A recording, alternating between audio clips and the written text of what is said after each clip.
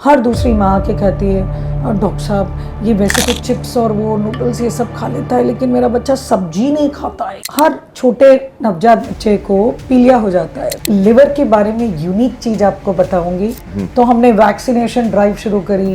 एक हमने बात करा पीलिया की कि पीलिया तो सबको दिख जाएगा, चले पीलिया नहीं है, यूरिन डार्क है। नेक्स्ट इज थक जाना। तो इसके लिए मेरी एक मैसेज सब पेरेंट्स के लिए ग्रोथ चार्ट। कहते हैं कि डॉक्टर को इमोशनल कनेक्ट नहीं होना चाहिए। बच्चों में आजकल जो सबसे ज्यादा प्रॉब्लम गैस्ट्रो की प्रॉब्लम है वो डायरिया नहीं है, कॉन्स्टिपेशन। ट्रूथ दैट एक छोटे बच्चे को जब ब्रेन डेवलप हो रहा है उसके कनेक्शंस वायरिंग चल रही है। इमेजिन आप नोट करे होंगे एक शुगर की एक क्रेविंग होती है, सो इट्स एन एडिक्शन। उस फिट फूड पिरामिड में दूध दूध दूध नहीं है। Eat less at night. Seed बीज जो होते हैं, बड़े बोलते हैं flax seeds, this seeds, these are very good.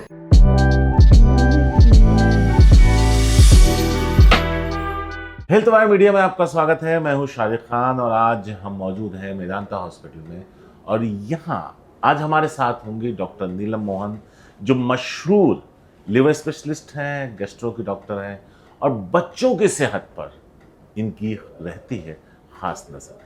तो डॉक्टर मोहन, आपका बहुत बहुत स्वागत है। Thank you so much Shariq, so lovely to have you. Liver का भी जब जिक्र आता है या फिर जब वो ये नाम हमारे जहन में आता है तो लगता है ये बड़ों की बीमारी है। जब आपकी उम्र हो रही होती है तो लीवर से परेशानी, किडनी, लेकिन आज हम फोकस करने वाले हैं बच्चों पर। इसको लेकर के अगर हम ये कहा जाए कि नेग्लिजेंस है, इसको लेकर बहुत ज़्यादा ध्यान नहीं है। डॉक्टर नीलम, जब मैं आज आपका इंटरव्यू करने के लिए निकल रहा था तो मुझे भी नहीं पता था कि लीवर की बीमारियां बच्चों को भी होती हैं। मैं ज़रा ऑनेस्टली आपसे ये कन्फेस करना चाहता हूँ। बिल्कुल, बहुत अच्छा है आपने बताया। मुझे ये बताइए कि एक बच्चा लीवर से कैसे, लीवर की परेशानी से कैसे इफेक्टेड हो सकता है? Very true. ये काफ़ी लोग मुझसे सवाल पूछते हैं बिकॉज व्हेन आई डिसाइडेड कि मैं सिर्फ बच्चों में लिवर की एक्सपर्ट बनूंगी, so that lot of questions were raised on this.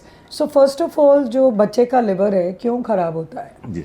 So right from birth कभी कभी स्ट्रक्चरल गड़बड़ हो जाती है। The commonest cause of a structural abnormality, मतलब जैसे कि एक हम जानते हैं लिवर है, लिवर में से एक डक्ट पित्त निकलती है, पित्त की नली आपने सुना होगा, गॉल ब्लैडर, पित्त की नली, जो डाइजेशन के लिए पित्त को इंटेस्टाइन में छोड़ती है। पैदाशी ऑलमोस्ट 10,000 में से एक बच्चे को वो पित्त की नली नहीं बनी हुई होती पैदाशी। So that's called as biliary atresia. तो मेरा पहला मैसेज ये रहेगा कि हर छोटे नवजात बच्चे को पीलिया हो जाता है। तो लोग सोचते हैं कि पीलिया है, धूप में लगाएं, डॉक्टर के लिए फोटोथेरेपी लें, लेकिन हमेशा पीलिया, अगर उस पीलिया के साथ पेशाब का धब्बा पड़ रहा है अगर कपड़े पे, या उसके साथ उनका मल, पॉटी का कलर हल्का पड़ जाए, हल्दी जैसे पीला ना हो, हल्का पड़ जाए, इसका मतलब आपको तुरंत डॉक्टर के पास जाना चाहिए, क्योंकि ऐसे बच्चे में पित्त पूरी बार नहीं आ रही है। और अगर पित्त बार नहीं आ रही है, हो सकता है वो लिवर के अंदर बन नहीं रही हो, या हो सकता है लिवर की नली ना बनी हो। सो this is the one cause. Second cause, इसी स्ट्रक्चरल में कोई सिस्ट पड़ जाए तो फ्लो ठीक से नहीं जाएगा। Next is metabolic. कहते हैं कि खुदा भी, अगर हम शायद खुदा को याद नहीं करते, भगवान को याद नहीं करते, थोड़े से प्रॉब्लम्स, डिफेक्ट सब में हो जाते हैं। सो मेटाबॉलिक या जेनेटिक डिफेक्ट उसको कहते हैं, जब आपकी पैदाशी एक एंजाइम की कमी हो जिसके कारण वो रिएक्शन ठीक से नहीं होता है, तो आप या तो प्रोटीन नहीं डाइजेस्ट कर पाएंगे, फैट नहीं डाइजेस्ट कर पाएंगे, कार्बोहाइड्रेट नहीं डाइजेस्ट कर पाएंगे, वैसे ही अदर स्टोरेज डिसऑर्डर्स हम कहते हैं वो टाइप के, बिकॉज वो पैदाशी एक जेनेटिक या उसकी कमी से होता है। एंड ट्रांसपोर्ट डिफेक्ट्स, हमारे लिवर के अंदर मिलियंस ऑफ सेल्स है, हेक्सागोनल सेल्स, उस सेल्स में जो प्रोड्यूस हो रहा है एक दूसरे के अंदर ट्रांसपोर्ट हो रहा है और फिर नलियों के जरिए बाहर निकल रहा है। अगर वो ट्रांसपोर्ट में डिफेक्ट है ये सब, तो वो नहीं होगा। These are the major common ones. The third less common ones is infections में क्रॉनिक कंडीशंस की बात कर रही हूँ कि खराब हो जाए। कॉमनेस्ट कॉज अगर आप पूछें कि एक लिवर एंजाइम बढ़ गए, कॉमनेस्ट वो तो इन्फेक्शन ही है या ड्रग्स है। कोई गलत दवाई ले ली या इन्फेक्शन हो गया चाहे वो हेपेटाइटिस का हो, ए, ई, बी, सी, डेंगू, टाइफाइड, मलेरिया, सब में लिवर खराब हो सकता है। तो बट मैं जब क्रॉनिक की बात कर रही हूँ, क्रॉनिक मतलब लिवर आपका खराब हो चुका है, 6 मंथ से ज़्यादा आपके एंजाइम खराब है, उनकी बारे में मैं स्ट्रक्चरल, मेटाबॉलिक और auto immune conditions. Auto immune मतलब सैडली आपकी बॉडी अपने ही एक पार्ट को पराया समझ लेती है ओके। और उसके अगेंस्ट लड़ना स्टार्ट कर देती है, तो वो अपने ही लिवर के अगेंस्ट थोड़ा सा फाइट कर लेती है। So that's called auto immune. आपकी इम्यूनिटी आपके अगेंस्ट लड़ रही है। So these are the common causes. इसमें एक और इसी से एक सवाल निकल कर आता है, क्या ये भी होता है कि बच्चों में लिवर की परेशानी बाय बर्थ आती है, उसका परसेंटेज क्या है, और क्या इसके भी चांसेस हैं कि ये बच्चा साल का हो, 2 साल या 3 साल का हो, फिर उसमें ये जैसे आपने कहा कि किसी इन्फेक्शन से वो हो गया, इन दोनों की पॉसिबिलिटीज कितने परसेंट रहती है? एक्सीलेंट। सो पहले जो हम बात करते थे पैदाशी चीज़ों की ज़्यादा प्रॉब्लम होती थी, जैसे स्ट्रक्चरल, बिलियरी एट्रीसिया, मेटाबॉलिक कॉसेस। लेकिन ये मेटाबॉलिक कॉसेस जो मैं बोल रही हूँ कि एंजाइम की कमी हो या कोई जेनेटिक डिफेक्ट है, ज़रूरी नहीं है कि आपको उसका पता विद इन ए ईयर हो जाए। जैसे विल्सन्स डिजीज़ है, विल्सन्स डिजीज़ में बॉडी में कॉपर लिवर के अंदर स्टोर हो जाती है, तो वो और दूसरे स्टोरेज डिसऑर्डर्स होते हैं कि एक्स्ट्रा फैट स्टोरेज हो गई या ग्लाइकोजन, तो वो ज़रूरी नहीं है कि 2-3 महीने में पता चले, आपको 2-3 साल भी लग सकते हैं, या विल्सन्स में ऑलमोस्ट 8-10 साल तक नहीं पता चल सकता है जब तक वो बहुत ज़्यादा डैमेज ना हो। एक लिवर के बारे में यूनिक चीज़ आपको बताऊंगी, शायद आपको पता हो कि लिवर, हम सोचते हैं कि भगवान ने 2 आंखें दी, 2 किडनी दी, लेकिन बड़ी नाइंसाफ़ी करी, लिवर तो एक ही दिया। गलत। भगवान ने हमें लिवर ऑलमोस्ट 2 से ज़्यादा दे दिया, क्योंकि तो वो बढ़ता है। नहीं, हाँ। बढ़ता नहीं, रिजर्व है। अच्छा, वो ओके। सेकंड है। तो वो जो लिवर का स्ट्रक्चर है, बड़े में 1.5 किलो जो हम कहते हैं एवरेज, तो वो स्ट्रक्चर आपको राइट एंड लेफ्ट लोब जिस तरीके से डिवाइडेड है। लिवर एक ऐसा ऑर्गन है जिसमें 2 लोब्स हैं, 2 डक्ट्स हैं, 2 आर्टरीज, 2 वेन्स, एवरीथिंग इज वो। लेकिन उसकी जो रिजर्व है, रिजर्व मतलब रीजनरेट की तो बात नेक्स्ट करूँगी, रिजर्व मतलब मेरे पास 50% एक्स्ट्रा लिवर है, तो अगर मैं उसको यूटिलाइज नहीं करी, और इसीलिए बड़ों में भी और बच्चों में भी जब तक लिवर काफ़ी ख़राब नहीं हो जाए आपको पता ही नहीं चलेगा जी। मुझे कि लिवर ख़राब है, बिकॉज वो रिजर्व है जो काम करती है। इट इज़ लाइक 3 लोग ड्यूटी पे का है, 8-8 घंटे की ड्यूटी कर रहे हैं, एक बंदा ज़रा ऑफ ले लिया, दूसरे 2 12 घंटे कर रहे हैं, बॉस को तो पता ही नहीं चलेगा कि ये दोनों 12 घंटे काम कर रहे हैं। तो उस तरीके से ओवर टाइम हो जाता है लिवर का। लेकिन आफ्टर सम टाइम ये अगर 12 घंटे करने वाला थक गया और वो बोला नहीं मैं तो 8 घंटे आऊँगा, तो ये जो 18 घंटे है ये तो कोलैप्स हो जाएगा। तो that is the way it is going. इसमें एक आपने जो कहा कि बच्चे में 2 सिम्टम्स आप ध्यान रखिए, पॉटी का कलर और यूरिन का दाग पड़ रहा है, ये तो नवजात में हो गया। मैं आपका एक और क्वेश्चन का जो सेकंड पार्ट था जी। कि बाद में क्या आती है, हाँ। सो वो मुझे ये बताना था जी। कि सैडली जो बाद में चीज़ें आती हैं वो पहले आती थी हेपेटाइटिस बी और सी, तो हमने वैक्सीनेशन ड्राइव शुरू करी, हेपेटाइटिस बी के अगेंस्ट वैक्सीन आ गई और हेपेटाइटिस सी के अगेंस्ट बढ़िया सी इलाज आ गया, तो we could control hepatitis C और बी का इन्फेक्शन क्रॉनिसिटी। लेकिन जो प्रॉब्लम है आजकल जो बच्चों में सबसे ज़्यादा कॉमन प्रॉब्लम जो क्रॉनिक की तरफ जा रही है, गेस करिए क्या है? फैटी लिवर डिजीज बच्चों में। जी। So fatty liver disease is now getting like an epidemic in globally children में, क्योंकि ओवरवेट, ओबेसिटी, लाइफस्टाइल चेंजेस बच्चों में आ गए।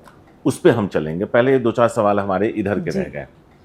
आपने ये कहा कि बच्चा है, पॉटी का कलर और यूरिन के दाग, ठीक है, मान लीजिए वहाँ हम मिस कर गए या उसकी कोई सिम्टम्स नहीं रहे, अब वक्त गुजर गया, 4 साल हो गए, 5 साल का बच्चा हो गया, तो क्या इस दौरान भी कोई सिम्टम्स हैं जब बच्चे के बड़े होने के बाद जहाँ पता लगाया जा सके कि लीवर में कुछ ऐसा है जो सब ठीक नहीं? बिल्कुल, वेरी कॉमन सिम्टम बच्चों में कि आपको लिवर की प्रॉब्लम है, कैसे पता चले?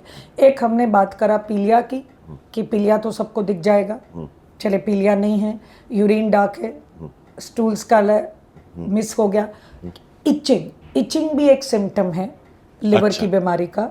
फोर्थ, पेट उनका बड़ा रहेगा, बॉडी अगर पतली भी है तो पेट एकदम बाहर है, और ऑर्गन जैसे लिवर बढ़ जाता है तो आपको पेट बाहर से बच्चे का दिखेगा कि यार ये तो बड़ा कुछ बाहर गड़बड़ है, निकल रहा हाँ। है। नेक्स्ट इज थक जाना, बच्चा आपको लगता है खाता है लेकिन उसको लगता नहीं है। हाँ, ये बहुत, हाँ। ये जो बड़े बुजुर्ग कहते कहते थे हैं, हाँ। कि इसको लग नहीं रहा है, लिवर हाँ। चेक करा ले। So one of the symptom is that, and then easy fatigability, tiredness. These are the other symptoms which a child can have.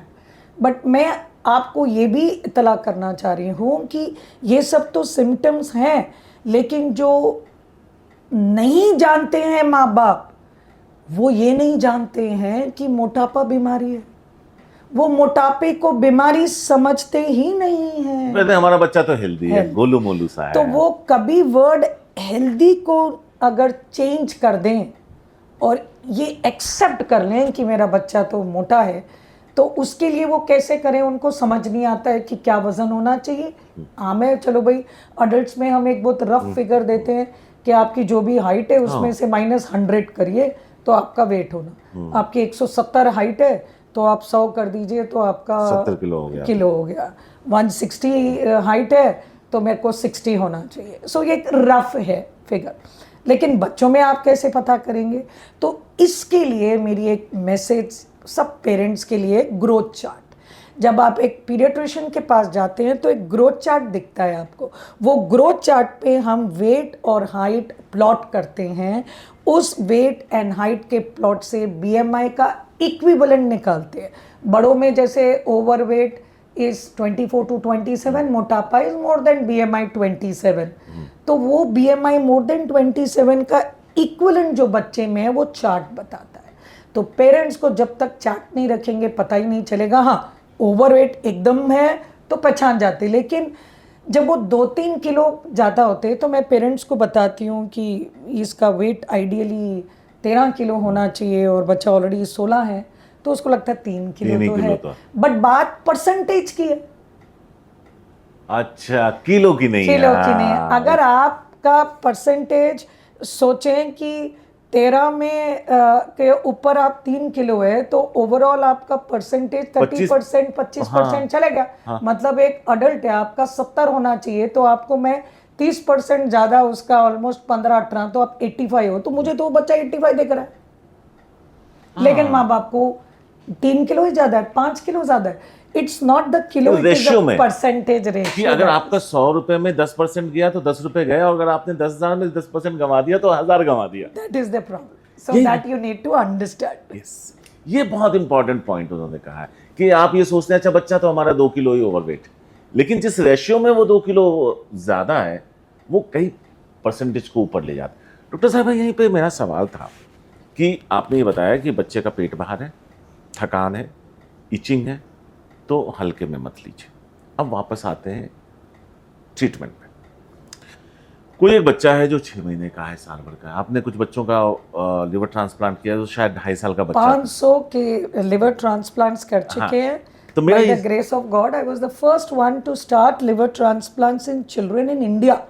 अच्छा, That is why I got the President's Award for developing liver की hepatology in children and liver transplant का development in India by the grace of God.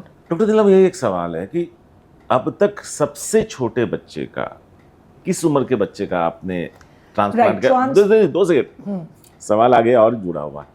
और उस वक्त आप खुद एक माँ है, कितनी घबराहट और कितना तनाव, कितना दबाव आपके ऊपर था कि एक इतना बड़ा बच्चा, उसकी जिंदगी अब आपके हाथ में। Right. So that is like it's been 25 years that मैं practice में हूँ, and कहते हैं कि डॉक्टर को इमोशनल कनेक्ट नहीं होना चाहिए because it leads to stress. But trust me, I think maybe एक XX chromosome women होने के कारण very easily we get emotional and attached to a family and a patient. And मैं हमेशा एक फैमिली को बात करके यही कहती हूँ कि मैं वही करूँगी इस बच्चे के साथ जो मैं अपने किसी अजीज के किन साथ, में अजीज हाँ, के साथ करती. And that is the something that I have earned in this life. And parents understand कि मैं हमेशा वही कहूँगी और वही नाम मैंने कमाया है कि वो राय गलत नहीं देगी अगर कुछ भी हो. सो ये बच्चा था 2.25 किलो का, 2.2 kg. किस उम्र का? दैट चाइल्ड वाज 1.5 months, 1.5 महीने का. 1.5 महीने का जी. बच्चा. ठीक. So it was a very difficult situation, but otherwise वो बच्चे की माँ पहले भी एक बच्चा गंवा चुकी थी, तो और कोई ऑप्शन नहीं था. So we had to do. Donor कौन था? उसमें फादर डोनर. फादर डोनर, ठीक है. एंड वैसे ही अब टच वुड, वैसे जनरली 65% मदर्स डोनर रही हैं. I am happy parents are coming forward.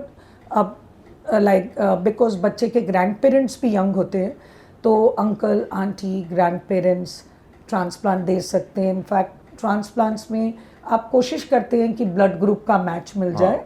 You don't need HLA matching kidney के जैसे, ब्लड ग्रुप देखते हैं. तो उस ब्लड ग्रुप में कभी कभी नहीं मिलने से इनफैक्ट इंडिया में पहली बार ब्लड ग्रुप मिसमैच ट्रांसप्लांट्स भी योर्स ट्रूली ने स्टार्ट किया था, जिसमें बच्चे का ब्लड ग्रुप अलग था लेकिन शी वाज डाइंग, उसके पेरेंट्स का ब्लड ग्रुप मैच नहीं हो रहा था.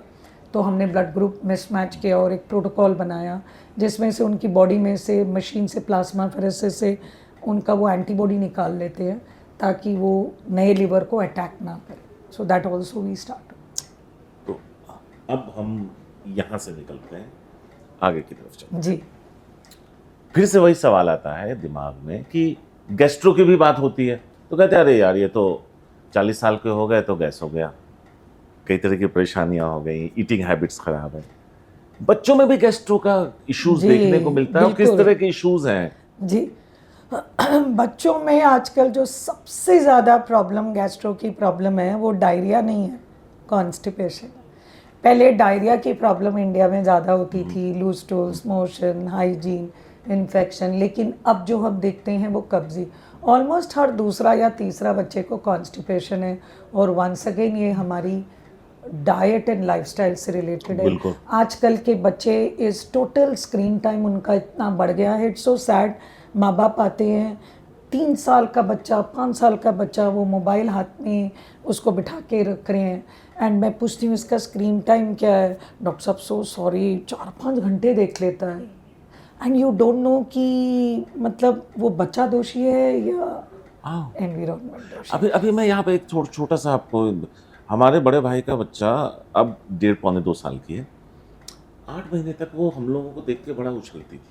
फिर उसको ऐसे उंगलियों पे, मोबाइल पे ऐसे उंगलियां चलाने लगी.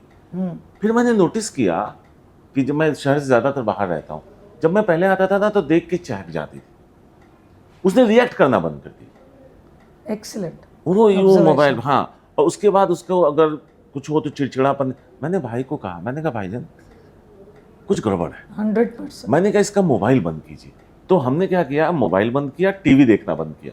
आप यकीन नहीं करेंगे, महीने भर बाद वो बच्चा ट्रांसफॉर्म हो गया, फिर वापस उसी तरीके में आ गया जिसमें वो था. जी. So this is the truth that एक छोटे बच्चे को जब ब्रेन डेवलप हो रहा है, उसके कनेक्शंस, वायरिंग चल रही है. मैजिक. आपको एवरी मिनट इतने hundreds of synapses and wiring connection चाहिए. उसमें जब आप एक बच्चे को स्क्रीन टाइम कायदे से लेस देन 2 years में ज़ीरो होना चाहिए. बिल्कुल. और वो देने से उनकी brain development, cognition, reaction change हो जाता है. आप ऑटिज्म, ये सब जो बातें हो रही हैं, somewhere we are worried that this attention deficit, all these are the problems, behavioral problems which are related to screen time. तो screen time is a big no, because अब जब स्क्रीन करेंगे बच्चा भागेगा नहीं, दौड़ेगा नहीं, एक जगह बैठ जाएगा. माँ को लगता है चल मैं काम कर लूँ, उसको ज़रा कुछ दे दूँ, but that's very wrong. So that is why वो बच्चे की एक्टिविटी कम हो जाती है एंड देन ओवरवेट बन जाता है. उसकी डाइट में हर दूसरी माँ आके कहती है डॉक्टर साहब ये वैसे तो चिप्स और वो नूडल्स ये सब खा लेता है लेकिन मेरा बच्चा सब्जी नहीं खाता है, ये वो. तो मैं खुद सोचती हूँ कि कभी कभी कि भाई खिलाओ, पहले दिन से खिला देते. तो अगर आप कह रहे हैं कि मेरा बच्चा खाना नहीं खा रहा, मेरा बच्चा सुनता नहीं है, मेरा बच्चा चिल्लाता है, तो वो बच्चा दोषी है क्या या एनवायरनमेंट, माँ बाप, हम सब दोषी हैं, वो बच्चा दोषी नहीं है। क्योंकि बायोलॉजिकल मदर को भी अगर आप चेंज करके किधर और रखेंगे तो पालन पोसने से वो चेंज हो सकता है। तो इसीलिए तो मैं कहती हूँ कि वेजिटेबल्स अगर वो नहीं खाता है तो फर्स्ट मैसेज, पहले साल बच्चे को कोई चीनी नहीं देनी चाहिए, नो शुगर। हम कहते हैं no salt for kidney and no sugar, because sugars देने से उनका जो शुगर इज एन एडिक्शन। आप नोट करें होंगे, एक शुगर की एक क्रेविंग होती है, सो इट्स एन एडिक्शन। एक बच्चे को शुगर आप दे देंगे तो उसको वेजिटेबल का टेस्ट, फ्रूट का टेस्ट ये नहीं पसंद आएगा।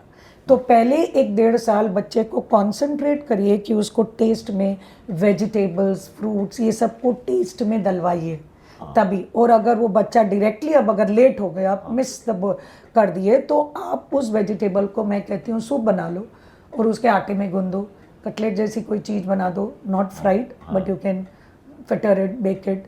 सो उस तरीके से, या सब्जी के अंदर, दाल के अंदर डाल दीजिए, स्टफ्ड गोभी की रोटी या पनीर का पराठा, जो। So you also come out with innovations. मतलब एक मदर अगर वो सब्जी ऐसे घिया तुरई नहीं खा रहा है तो वो किस तरीके से उसको सब्जी दे, ये भी आपको देखना चाहिए। Because 1/3 of the food that you eat, जो आपका एक फूड पिरामिड होता है, उस फूड पिरामिड में दूध नहीं है। दूध इज जस्ट लिटिल।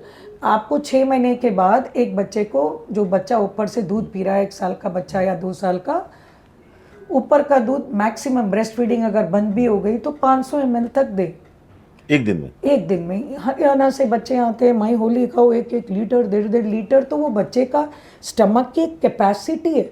अगर आप उस कैपेसिटी में पूरा टाइम ये बढ़ेंगे तो वो दूसरी चीज़ नहीं खाएगा। और एक पीना आसान है, और माँ के लिए भी आसान है, उसका इज मोर डिफिकल्ट। तो प्लीज़ आप उसको सिर्फ दूध पे मत रखिए। दूध अगर नहीं पीता है तो मैं कहती हूँ दही दे दो, पनीर दे दो, वो आपकी मर्जी, बट दूध को किस फॉर्म में देना है? चीज़, पनीर, दही, दैट इज दूध। And 1/3 of your diet should be vegetables, salads, fruit. Salad is everything, खीरा, गाजर, पत्ते, पालक के पत्ते, this that. So these are very important in our life. ये कम होते जा रहे हैं इंडिया में। तो जैसे ये कम होते जा रहे हैं, फास्ट फूड और बिहेवियर एंड लाइफस्टाइल, एक्टिविटी कम, बच्चा खेलने कूदने कम गया, बाहर गार्डन्स नहीं रहे, सेफ्टी नहीं लग रही है, पोल्यूशन की टेंशन लग रही है किसी को, हर एक को अपना रीज़न है कि मैं क्यों नहीं भेज रही हूँ। So she will give so many reasons कि वो जगह नहीं है, पोल्यूशन है, ये है, पढ़ना है।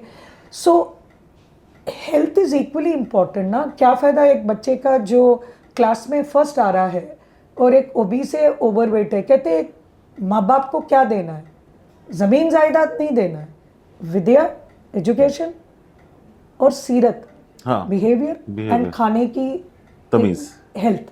ये 3 आप you are responsible for the child and you can give, आप दे भी सकते हैं। क्योंकि जो आपने जेनेटिक किया, फॉर एग्जाम्पल अगर मैं एक रोल मॉडल ही अच्छी नहीं हूँ, मैं एक ऐसी माँ हूँ जो खुद भी सीरियल्स देख रही हूँ, जो खुद भी मोबाइल पे लगी हूँ, जो खुद एक्सरसाइज एक्टिविटी नहीं करती हूँ, मैं बच्चे से क्या उम्मीद करूँगी? पहले तो मुझे भी एक रोल मॉडल बनना है। तो पेरेंट्स को मुझे ये कहना है कि पहले आप भी एक अच्छे रोल मॉडल बनिए। सिर्फ वो बच्चे का दोषी नहीं है कि ये बच्चा खाए। कितनी बार फैमिली में ऐसे होता है कि सब्जी आती है तो हस्बैंड या कोई आदमी, ये क्या बकवास भिंडी बनाई है, तो बच्चा सोचता है ये बकवास है, ये नहीं खाना है। So first of all you have to be a role model. You should know कि आपको टेबल पे उस टाइम में किस तरीके से रिस्पेक्ट करे अपने खाने को, बिन बात करे। अडल्ट्स भी कितनी आदत है, अब 70% अडल्ट्स टीवी देखते हुए, बात करते हुए, फ़ोन करते हुए खाते हैं। Is that right?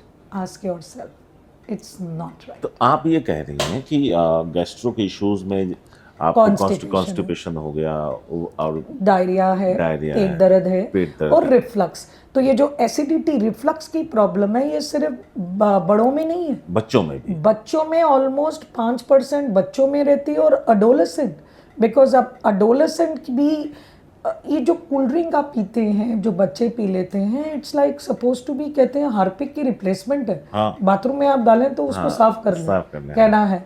So it is full of sugar. उसके अंदर 8 से 10 टीस्पून शुगर है। 8 to 10 teaspoon. So you are giving sugar and acid and carbonated drinks, so that gives rise to ये जो आपकी, so आपको रिफ्लक्स से अगर बचना है, so healthy eat it में फ्रेश खाना खाए. खाना आइडियली 2 घंटे के बाद नहीं खाना चाहिए. अगर आपको टाइम लग रहा है तो उसको फ्रिज में कवर करके रखें. वो सुबह से पड़ा हुआ खाना 8 बजे से रात तक उसके अंदर दैट इज बिकम स्टेल, और जिनको एसिड की प्रॉब्लम है उनकी एसिडिटी बढ़ जाती है. सेकेंड, अच्छा, बच्चों के साथ साथ बड़ों को भी इसका ध्यान रखें. सेम. अच्छा, सो दैट शुड बी. और खाना खाते साथ लेटना नहीं चाहिए. मैंने एक माँ को कहा था कि उसको सोने से पहले खाना नहीं खिलाना, तो उसने बोला नहीं मैं सोने नहीं देती हूँ, लेटता है मगर सोने नहीं देती हूँ. तो इट्स नॉट अबाउट सोना, इट्स अबाउट लेटना भी नहीं चाहिए.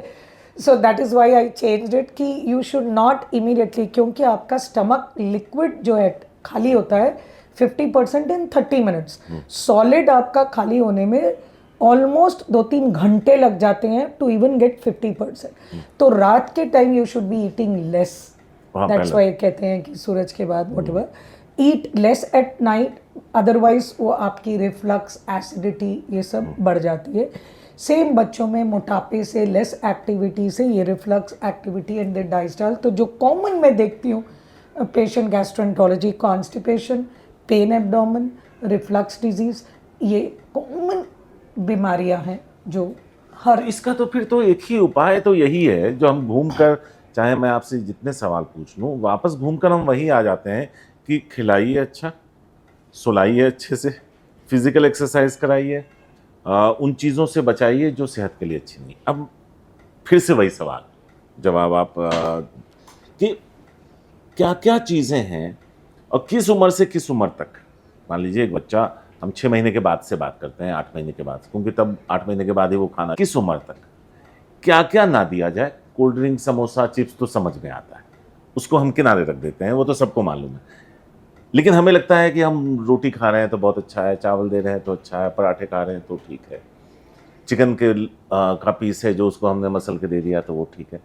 तो कौन कौन से ऐसे खाने हैं जो खाए जाएं और जिससे बचा भी जाए. राइट. सो मैं हर पेरेंट्स को यही समझाती हूँ कि हमारे बॉडी में क्या चीज़ चाहिए. हमें कार्बोहाइड्रेट भी चाहिए, तो कार्बोहाइड्रेट क्या है मैं समझाऊंगी. फैट चाहिए, प्रोटीन चाहिए, विटामिन्स, मिनरल चाहिए, वाटर चाहिए. These are the 5 things I need. Carbohydrates comes from जो हम बिन कोशिश करे भी ऑटोमेटिकली खा लेंगे, जैसे रोटी हो गई, चावल हो गया, ये सब कार्बोहाइड्रेट्स के अंदर आता है. और हर एक चीज़ में कार्बोहाइड्रेट होता है, जैसे दाल में भी कार्बोहाइड्रेट है ना. मगर ये चीज़ समझना चाहिए कि जो अब ये मोटापा बढ़ रहा है, तो इट इज़ सीन कि जो वीट, जो इंसुलिन रेजिस्टेंस की बात हो रही है, इंसुलिन रेजिस्टेंस, सब लोग भाग रहे हैं डायबिटीज़ डायबिटीज़ डायबिटीज़. डायबिटीज़ का मुद्दा कौन शुरू कर रहा है वो आपको समझ ही नहीं आ रहा है. Liver. It is the liver which is the culprit. So जो लेटेस्ट रिसर्च और साइंस बताती है वो ये नहीं बोलती है कि पैनक्रियास खराब है आपका डायबिटीज़ के लिए. वो पैनक्रियास तो ओवर प्रोडक्शन कर रहा है, पैनक्रियास इंसुलिन बताता है, लेकिन आपका लिवर में अनहेल्दी होने से आपकी eating style, Ovett, this carbs, ये जब आप कर रहे हैं, इंसुलिन रेजिस्टेंस बढ़ रही है क्योंकि फैटी लिवर हो रहा है. फैटी लिवर 5% तक फैट आपके लिवर में ओके. 10% के ऊपर we get alert and start calling it as fatty liver disease. तो बच्चों में मेरे पास बच्चे आ रहे हैं, मैं मजाक नहीं कर रही हूँ. हमने एक स्टडी की थी 1000 चिल्ड्रन की, उसके अंदर भी 1008 थे. We tried to look at overweight and obese बच्चे. You will be shocked, 33% of the children की फैटी लिवर था and their liver enzymes were bad. So you imagine, ये बच्चा 20 साल बाद वो लिवर डिजीज़ हार्ड हो जाएगा, सिरोसिस हो जाएगा, उसको ट्रांसप्लांट की ज़रूरत पड़ेगी. सोचो उसके बच्चे जब छोटे छोटे हैं तब वो फादर या मदर का ट्रांसप्लांट हो रहा है, the whole family is get. तो यू हैव टू अंडरस्टैंड कि उस टाइम उनको समझ नहीं आता है, लेकिन वो 25 साल बाद का भी तुम देखो, वो तो बच्चे की उम्र है, ये नहीं कि वो 70 का है, चलो 90 में कुछ हो गया, जिए या नहीं जिए, या 60 का है. बट वो बच्चा जो फैटी लिवर एक चाइल्डहुड में 10 से 15-20 साल के बीच में हो रहा है, उसको आपने 20 साल बाद बोल रहे हैं कि 30% 3 में से एक तेरे को सिरोसिस होने वाला है, तो how will, what is life, it's going to be very dangerous. So that is the importance that you need to understand. And इसीलिए वो इंसुलिन रेजिस्टेंस ये फैटी लिवर से बढ़ रहा है, ओबेसिटी से हो रहा है. तो खाएं क्या क्या ना नहीं खाए. So therefore it is said कि wheat is very high in terms of this thing. Better है जो आजकल वैसे इंडिया भी बात कर रही है, बाजरा, मिलेट्स, दी अदर मिलेट्स जो हैं दे आर क्वाइट गुड. थोड़ा सा हमको डाइट मैंने वो शुरू किया 2 साल से मैं खा रहा हूं. Oh, yeah, that's very good.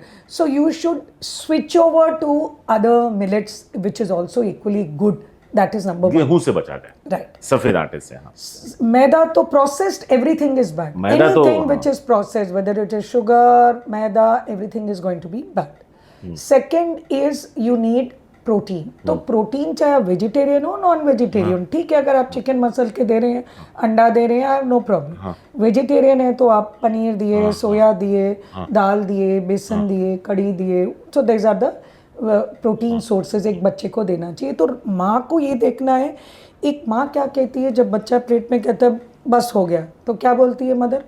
वो रोटी ख़त्म कर ले, वो चावल ख़त्म कर. वो गलत है माँ. उसको बोलना चाहिए अच्छा तू रोटी छोड़ दे, चावल छोड़ दे, वो दाल और सब्जी खत्म कर दे. हाँ. वो शायद ज्यादा आसानी से जिस दिन आप सीख लेंगे, your child will become healthy. Because हम अभी कहते हैं नहीं तो ये रोटी खत्म कर, तो कहता मैडम क्या खाता है? नहीं 2 रोटी खा लेगा, 2 पराठा खाएगा. कैसा खा रहा? टोमेटो सॉस के साथ, नमक के साथ, चीनी के साथ, टच करके सब्जी, टच करके दाल, ऐसे खा रहा है बच्चा. What is that? पूरा ही पूरा आप कार्बोहाइड्रेट दे रहे हैं, तो कैसे हेल्दी रहेगा? इमेजिन जो चीज़ आपको सिर्फ 50% रखनी है, आप उसको 100 बना दिए. Everything in life is a balance. तो उस बच्चे को आपको प्रोटीन भी देना है. तो प्रोटीन कहाँ से खाएगा जब आपने खुद ही बोल दिया अच्छा तू वो छोड़ दे, तू रोटी चावल खा. तो आपको बोलना है तो सब्जी खत्म कर, दही खा ले, दाल खा ले, रोटी चावल छोड़ दे. वो शायद ज्यादा खुशी खुशी कर देगा वो. और दैट इज गुड. नहीं करते हैं. अच्छा, नहीं वो दाल की आदत, सब्जी की आदत सीखते नहीं है.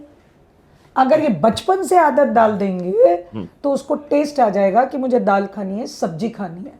तो एक बैलेंस चीज. तो वेजिटेबल एंड फ्रूट में ही विटामिन एंड मिनरल्स है. जो आपकी पूरा सिस्टम चल रहा है, आप सोचेंगे ठीक है ना, बी कॉम्प्लेक्स में 1 मिलीग्राम चाहिए, बट वो 1 मिलीग्राम, वो किसी ने कहा था कि एक मच्छर भी हाथी को परेशान कर सकता है. तो वैसे ही एक विटामिन की कमी आपके शरीर में, चाहे वो विटामिन डी की कमी हो या B12 की कमी हो. B12 की कमी से पाँव दर्द हो रहे बच्चे के, ये हो रहा है, डी, दे डोंट अंडरस्टैंड.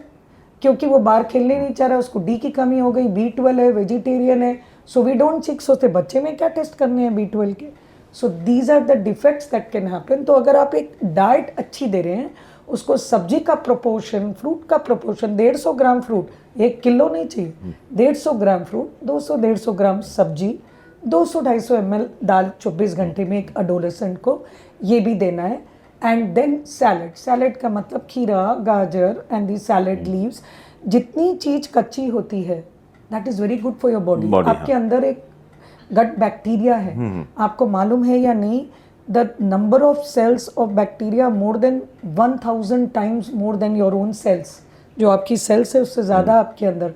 तो आप उनके साथ जी रहे हैं या वो आपके साथ जी रहे हैं, वो आप समझ लो. Because they are more than you. आप उनकी रिस्पेक्ट नहीं कर रहे हैं, तो they need some healthy food. हम सब सोचते थे ब्रेस्ट फीडिंग में एक कॉम्पोनेंट था called HMF. Till 2 decades back we did know. और वो that used to be like third largest component. Breast के माँ के ब्रेस्ट मिल्क में एक HMF कॉम्पोनेंट है जिसकी कोई कैलोरी नहीं है. इसकी ना कैलोरी है, इसकी ना प्रोटीन है क्या? ना ये कैलोरी दे रहा है ना protein. That was something which will promote your good bacteria in your body. It was food to the good bacteria. जैसे हम बोलते हैं प्रोबायोटिक या प्रीबायोटिक. तो जो आप ये दही खा रहे हैं, द प्रोबायोटिक खट्टा चीज़ जो करते हैं, द इटली पीपल जैसे वो सार बनाते हैं, cream, these are all the probiotic which helps to improve your gut bacteria. तो ये जो रॉ चीज़ें हैं they are good for your bacteria and you should take. उसी तरीके से सीड्स एंड नट. मैं ये नहीं बोल रही हूँ कि हर बच्चे को बादाम खाना चाहिए.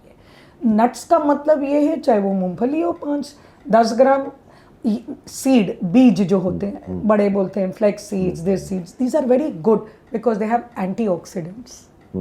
तो ये बैलेंस डाइट कोई नहीं रखता है, they are all the time focusing on that. तो अगर आप ये बैलेंस रखें, स्टे अवे, फैट की ज़रूरत है, लेकिन आप तलावा के बदले सोचो किस तरीके से मैं नॉन फ्राइड फूड बना सकती हूँ। मैदा के बदले आप सोचो मैं किस तरीके से नॉन मैदा वाले पास्ता यूज़ कर लूँ। अगर सोया पास्ता भी आजकल मार्केट में है, noodles and pasta they, so it is not about कि मैं एक फूड के अगेंस्ट हूँ, मैं उस कंपोनेंट के अगेंस्ट हूँ, चाहे वो नूडल मैदा का हो, चाहे वो समोसा हो, मेरे लिए दोनों ही उतने बुरे हैं। इट्स नॉट कि इंडियन समोसा और कचौरी अच्छा है और इटालियन नूडल गंदा है, equally they are bad because that is also Indian fast food. And sweets, एक लिमिट होना चाहिए, अगर आप ओवर करेंगे स्वीट्स, हमें आज तक ये नहीं पता था जब हम बच्चे थे, एटलीस्ट टिल देन ये रिसर्च बाद में आई, किसी को नहीं पता था कि sugar is worse than fat. आप सुने थे एक टाइम आया जब सब बोले घी खराब है, घी खराब है, घी खराब नहीं था, वो शुगर खराब थी।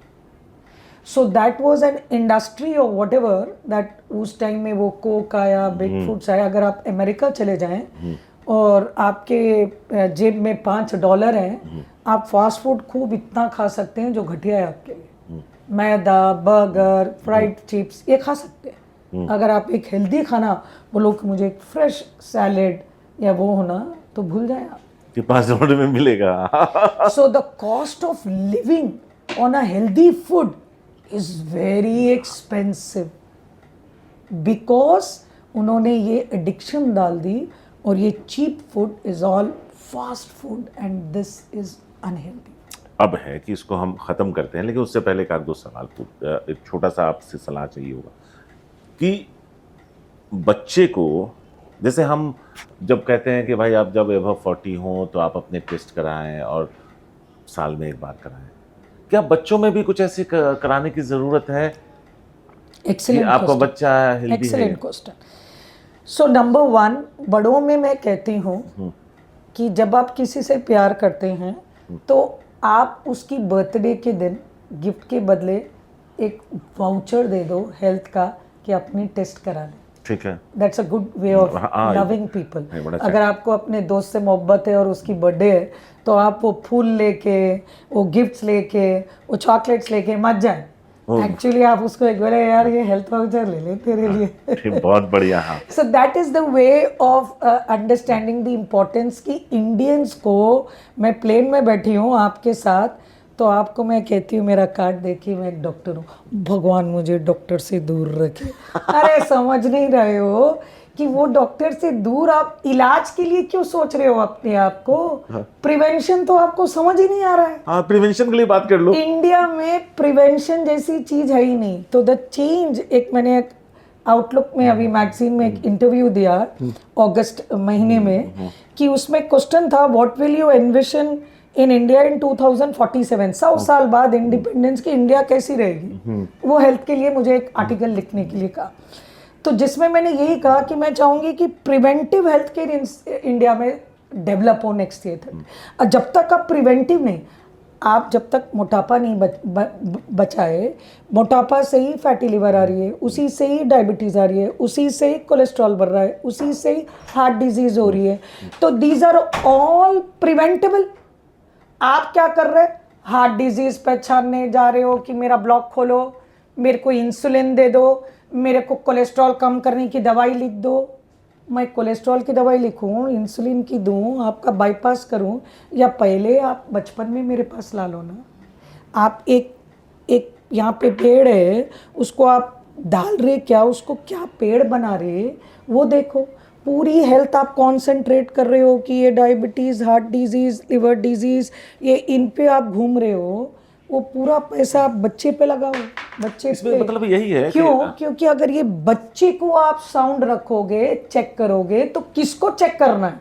जब आपके सिम्टम्स आए तो मैं समझ रही हूँ, बिना सिम्टम के भी अगर आपको एक ग्रोथ चार्ट में लग रहा है मेरा बच्चा ओवरवेट या ओबीस हो गए, कृपया करके डॉक्टर के पास जाएं। जो मैंने स्टडी की थी, आए थे बच्चे ओवरवेट और ओबीस से, उनमें बताया कि लिवर खराब है ना 30% में। माँ बाप तो मेरे पास नहीं आए कि लिवर खराब है। सो 30% वो माँ बाप को पता, और जब पता चला उनमें हमने उनके माँ बाप से परमिशन लेके, जो खराब थे 21 बच्चों में लिवर बायोप्सी किए थे जो बहुत खराब थे, 6 महीने 9 महीने तक लिवर ठीक नहीं हो रहा था, उनमें ग्रेड 3 फाइब्रोसिस, ग्रेड 3 मतलब 4 के बाद सिरोसिस है। हाँ, एक 9 साल के बच्चे में ग्रेड 3 फाइब्रोसिस है। अब आप सोचिए कि वो 20 साल बाद तो क्या था, और वो क्यों?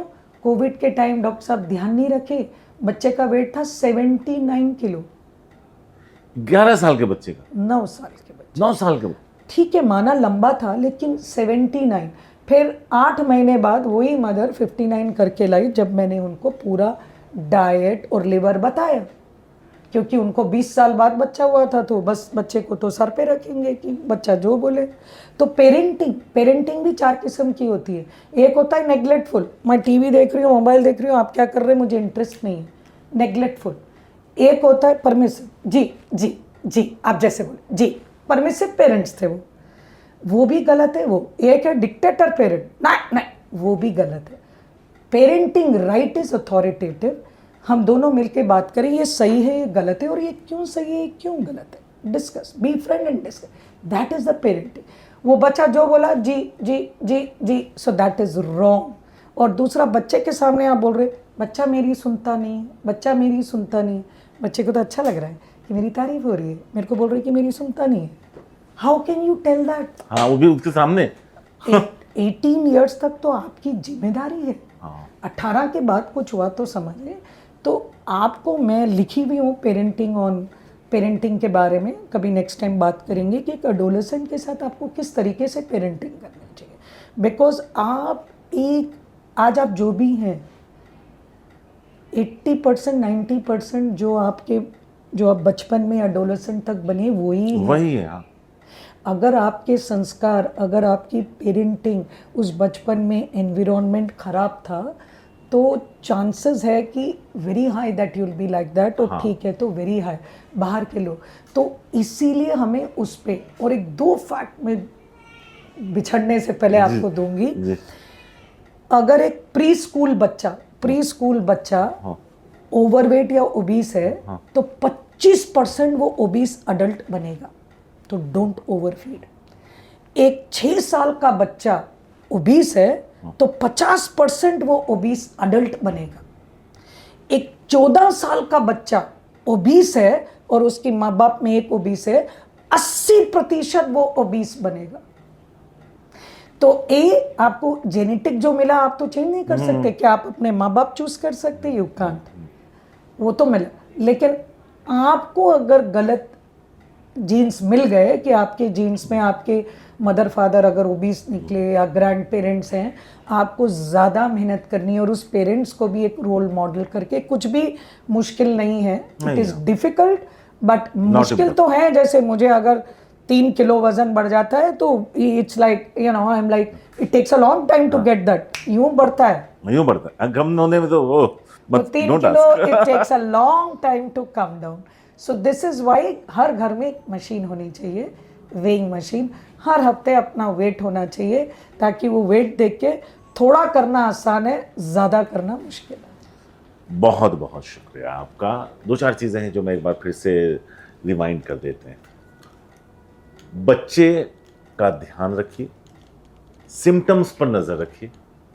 कुछ अगर ऐसा दिख रहा है जो नॉर्मल नहीं है, तुरंत डॉक्टर के पास जाइए। मोबाइल स्क्रीन टाइम, क्योंकि हम सब के लिए बड़ा आसान हो जाता है, बच्चे को मोबाइल दे दिया, इधर अपना काम करने लगे, वो मत कीजिए। उसके खान पान का ध्यान रखिए। फिजिकल एक्टिविटीज़ में वो इन्वॉल्व रहे, इस पर भी फोकस रखिए। घर में खाने को क्या दे रहे हैं, वो अपने पेट में क्या डाल रहा है, क्योंकि ये आपका पेट है, डस्टबिन नहीं है जहाँ आप कुछ भी डाल दें। तो अगर आप पेट में हेल्दी डाल रहे हैं तो बच्चा हेल्दी होगा। तो इन सारी चीज़ों का ध्यान रखिए, तो फिर एक बच्चा जो जब एडल्ट होगा तो एक बेहतर फिट, चाहे वो शारीरिक रूप से हो या मानसिक रूप से हो, वो एक बेहतर इंसान के तौर पर समाज में मौजूद होगा। फिलहाल हेल्थ वायर में इतना ही, मुझे दीजिए इजाज़त, नमस्कार।